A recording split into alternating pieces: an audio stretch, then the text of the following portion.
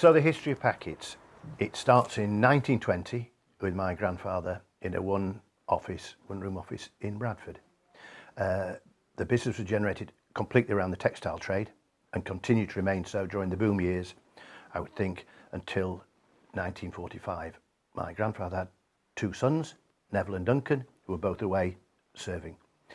On their return, they joined the business, and at that time, clearly it was becoming apparent that there was going to be a significant decline in the textile trade.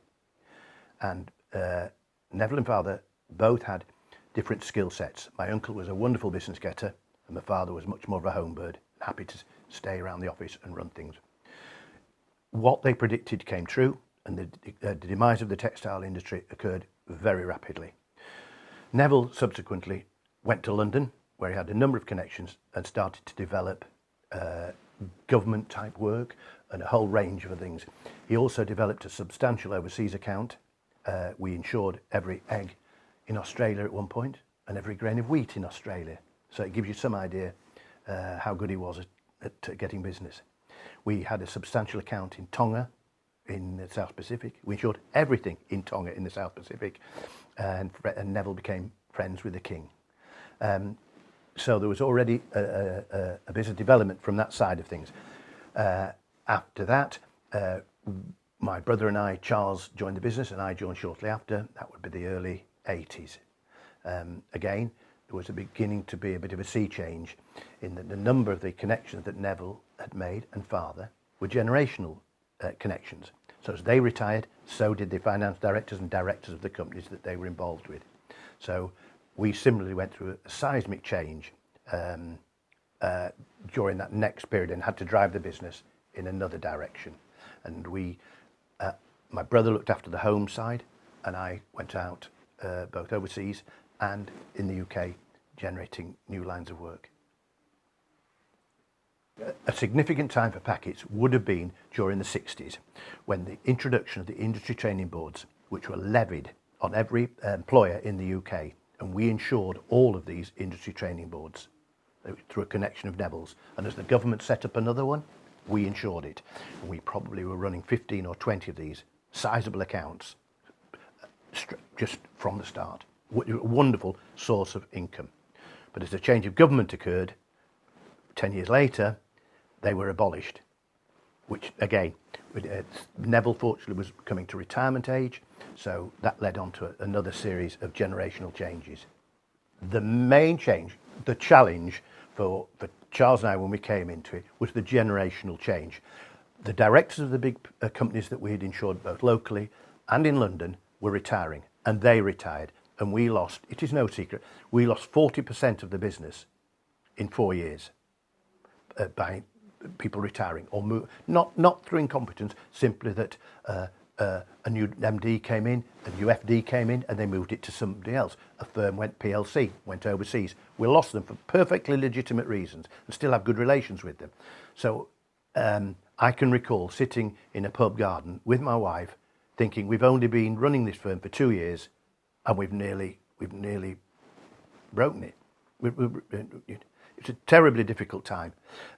And this is when I said, we have to drive in a different direction. And I, like my uncle had done a generation before, set off to London with a briefcase and as we were chatting earlier, went door knocking and started to build up connections, slowly but surely, landing work, and that took into another direction, and landing some more work and bigger work. And over the next 20 years, we're very fortunate.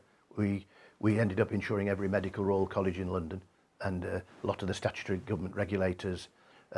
But I can recall my father saying to my uncle, you must take a back step and let the boys get on with the business. And he said, well, what happens if they make a mess of it? And my father replied, they'll go bust. I can recall sitting, having cups of tea in the morning, first thing in the morning, absolutely scared to death. And think, anybody who tells you it's easy running a family business, it was hard. It was so hard in the early days. I think Lord Hanson said it, surround yourself with people who are probably better than you are. Maybe not better at running the business overall, but we were very lucky. We developed a team around us, Charles, particularly my elder brother, of 4 or 5 people who had specialist disciplines within the insurance industry, and they all stayed with us for 25 to 30 years. And they were the core, the backbone of the business, which allowed me the freedom to go out, knowing that if I needed to meet anybody, I had the experts who could come in and sort any issues out which would ever encounter. And they were extremely loyal. I guess the other things would be integrity. We were taught, typically as a family business early on, never expect anybody to do anything in that business you haven't done yourself. And I mean anything, from cleaning upwards. Honesty with the clients and honesty with your employees. Back them, always back them. Leadership, it might be a bad decision, it might be a good decision, but make a decision. It's vital, and we did. We never air your dirty washing out in public. As a family, my brother and I, or my father and uncle, or all of it, would have different opinions. Of course we would, but there would be behind closed doors, and what came out at the end was a consensus, one voice.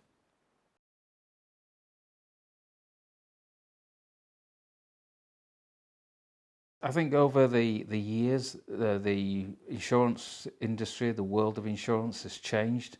I think the products have changed. What's important to businesses now is different to what it was 10, 15 years ago. Some of our niche products in the sectors like the training world and the charity sector have evolved over the years, not into a great deal, but there's certainly the basics are still there, but it's just things like cyber crime is always on the increase, and that's an important factor.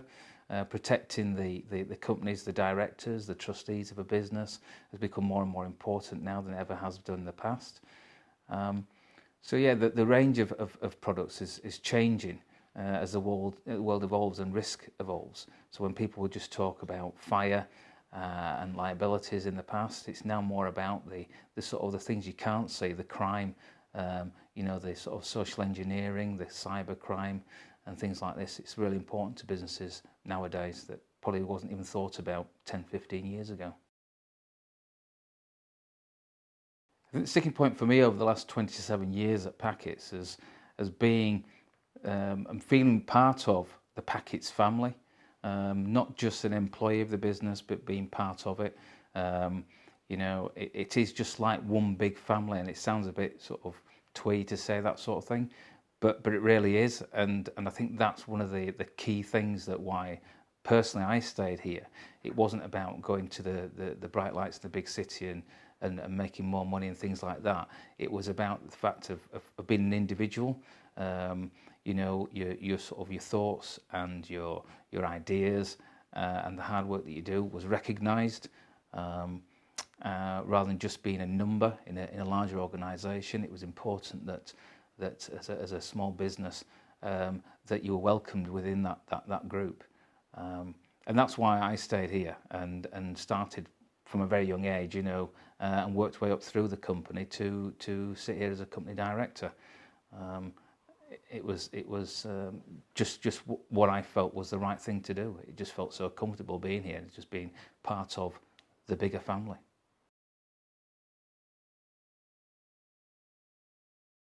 The 100 years, I think, show huge pride, that you've managed to retain the goodwill of so many people for so long, both staff and clients.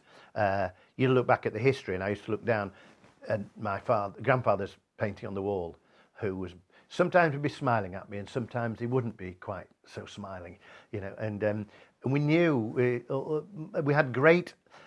We got great teaching from my father and uncle. Wonderful with clients and wonderful with staff, and I think that's one of the main reasons that we managed to retain it so well. It's a people business, and I take great pride in the fact, that we each generation has been able to move it in a different direction and develop it.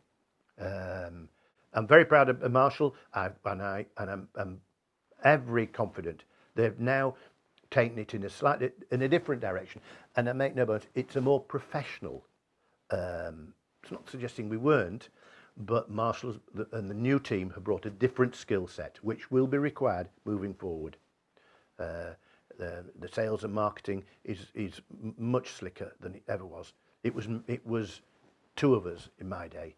Now they've got professional people and advising them what to do, and the skill sets are different. But we had great fun. We had a lot of fun along the way.